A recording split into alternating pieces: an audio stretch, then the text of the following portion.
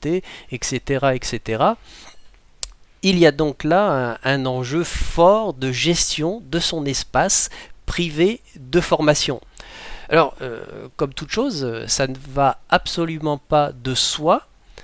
Si c'est évident pour le tuteur qui a une forte expérience du e-learning, il peut en être tout à fait différent de la personne qui entre dans le dispositif et qui peut être un parfait béotien. Il a envie d'apprendre et puis découvrir que son espace, il va falloir le maîtriser.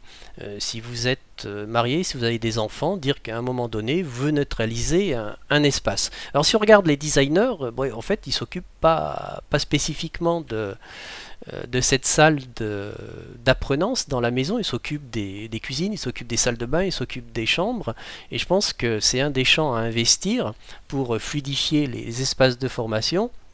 Ça sera de penser l'espace personnel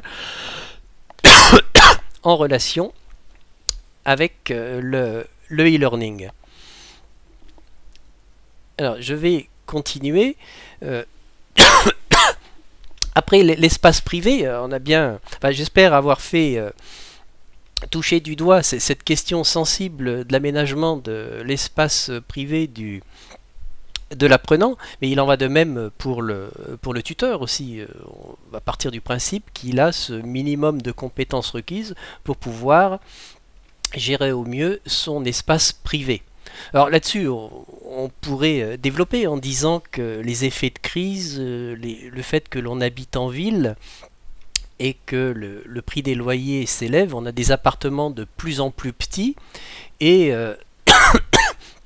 se pose la question de cet aménagement, quid du temps privé, quid du temps professionnel et quid de tous ces éléments techniques.